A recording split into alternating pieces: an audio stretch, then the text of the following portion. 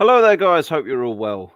This is going to be a fairly quick stream today. In fact, I was actually going to try and pre-record this as a video instead. I got about 2/3 of the way through it, and then my phone died because I forgot I hadn't charged it. So I thought I'll come here and do a quick stream instead.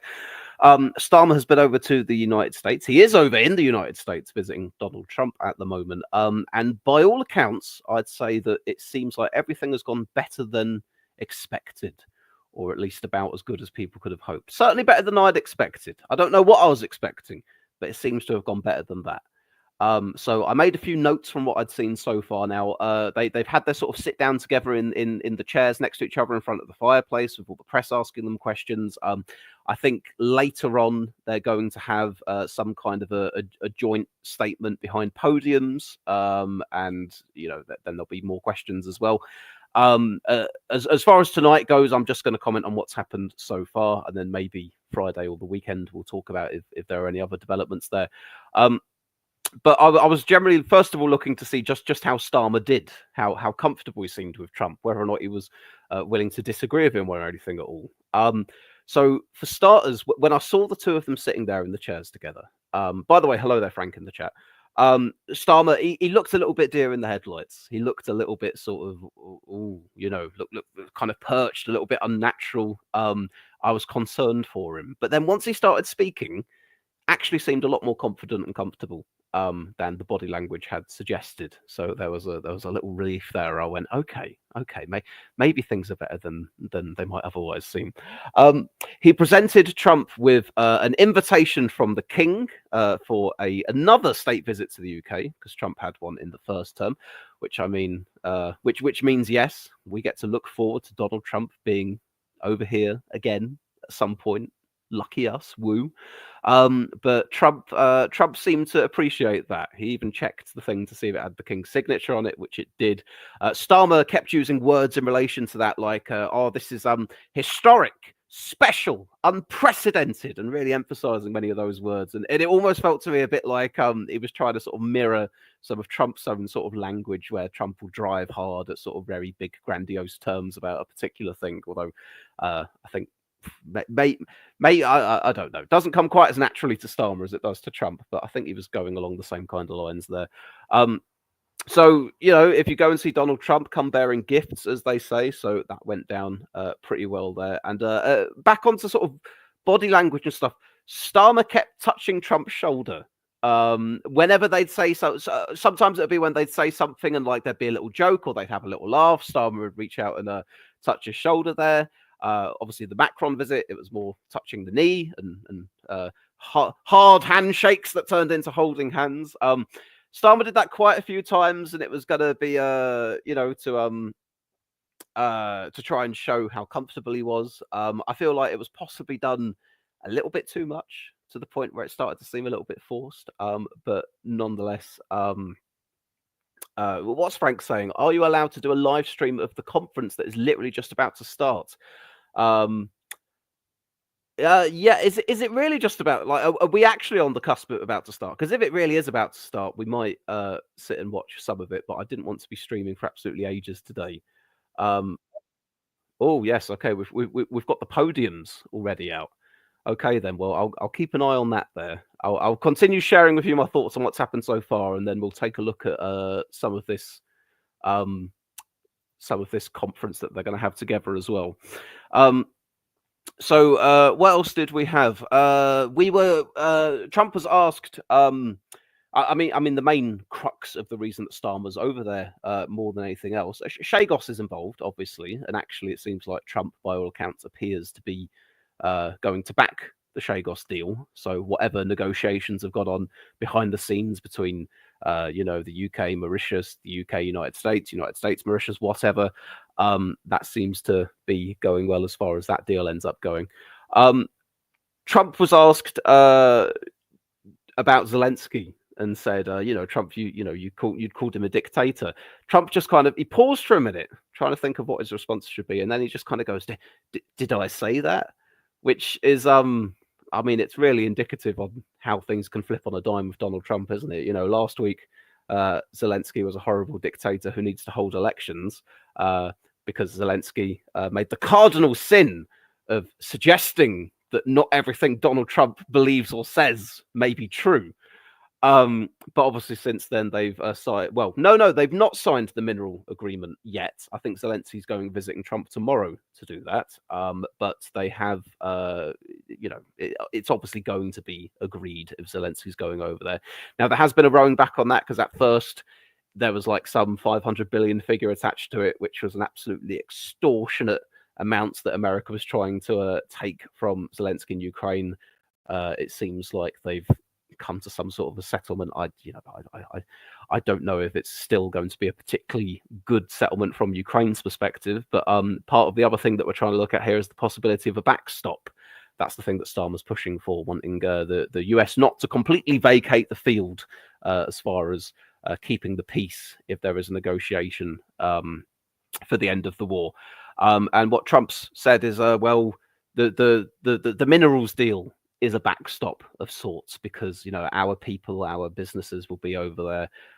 So what he didn't say this, but so why would Russia attack when we were there? Now that's not particularly airtight or ironclad, I think, as far as a backstop. Not in the way that certainly I think Starmer's looking for, still wanting a degree of US involvement in peacekeeping in Ukraine. I don't think they want sort of boots on the ground or anything like that, but perhaps I've heard them talking about air support or continued support with the military, or I don't know what form it will take. But there was also a question posed to Trump where he said, where they said something like, if British peacekeepers in Ukraine were to be fired on by Russia, would you come to their aid? And Trump sort of said, oh, the British are strong, they can take care of themselves, blah blah blah. Which seemed rather non-committal, but at one point he did say along the lines of, we've always stood behind the UK, we will always stand behind the UK, which appeared to suggest that if push came to shove, the US would support us there. Because clear lines seem to be drawn during this meeting between the United Kingdom and the EU. As much as the conversation that we've been having recently in terms of European security has obviously been involving our European neighbours in the EU, as far as Donald Trump's concerned, he's seen the EU in a very different light to the United Kingdom. Much more positive view of the country there.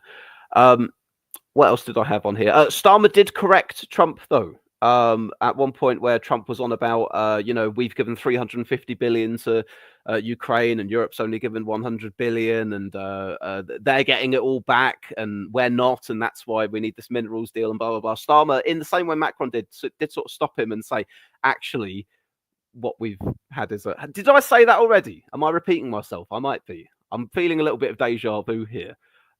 Where he the problem is I just recorded a version of this on my phone, so this is at least the second time I'm saying everything, possibly the third, but Trump just kind of ignored it and allowed that to pass.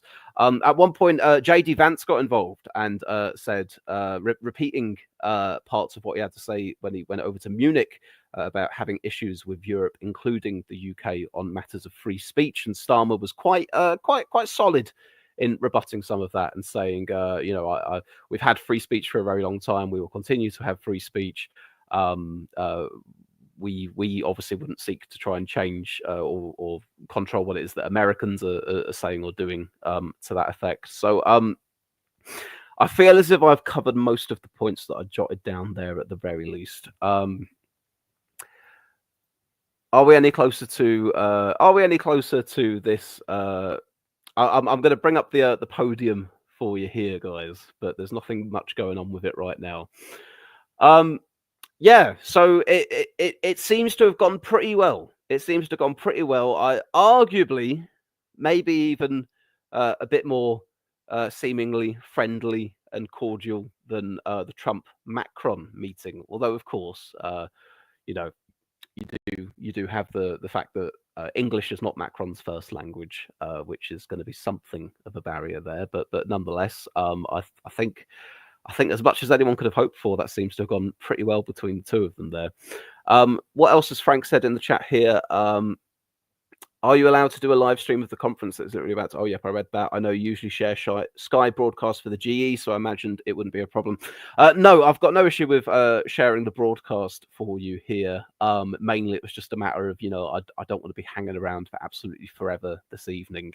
And God knows how long the broadcast may go on for. I don't know how long we've got before they come out. I don't know if it's going to be 5 minutes from now. I don't know if it's going to be 20 minutes from now, I only had a certain amount of stuff to try and cover and say in what I had so far. So maybe in the two of them talking here, because obviously they had their little press bit in front of the fireplace. They've gone off and had some food and chatted to each other about certain things. Now they may come out again, and could there be some shift in some of these things? Will we get confirmation of the US backing the Chagos deal? Will there be any more information about whether the backstop that Starmer's trying to seek would involve the US military in any capacity or any commitment to that? I suppose that's what we've got to look for. Frank says, truth be told, Chris Mason said it was imminent 15 minutes ago. Yes, well, this is what we come to expect when staring at live feeds of podiums, as we remember well from the Brexit years. And I've still got Theresa May's podium seared into my mind here. I can see it if I close my eyes. But yeah, by all accounts, seems to have gone fairly well. Now, I don't know if Starmer's ultimately going to be able to come back from the United States having, I don't know, won some great victory or concession from Trump on continued US involvement as far as Ukraine's concerned, or post-peace deal with Ukraine or whatever. But at the very least, like I kind of said with Trump and Macron, it doesn't appear that any huge rifts between them have erupted, or any bad tempered exchanges have ended up happening. It seems to have gone fairly well. And now I'm back. Now I'm in the situation where one has to try and fill air with watching a room and podiums and all the rest of it. I'll give this a minute or two. But to be totally honest with you, unless I'm going to get something to look at quite soon, I don't want to be hanging around streaming for ages waiting for them to pop up. Obviously, anything of particular significance that ends up getting said between the two of them here, I will end up covering and discussing at some point later on the channel. So I don't know. We'll give it. Oh, look, you can see they've even got little bits of the live chat underneath, flashing across the screen here. What are the Sky News live? Oh no, this is the Telegraph. Here was me thinking it was Sky News. It's the Telegraph. What are the Telegraph readers saying about this? Vote reform, get Starmer out. Starmer is a muppet. Gulf of America. Love watching that pot plant. JD should think about free speech in Russia.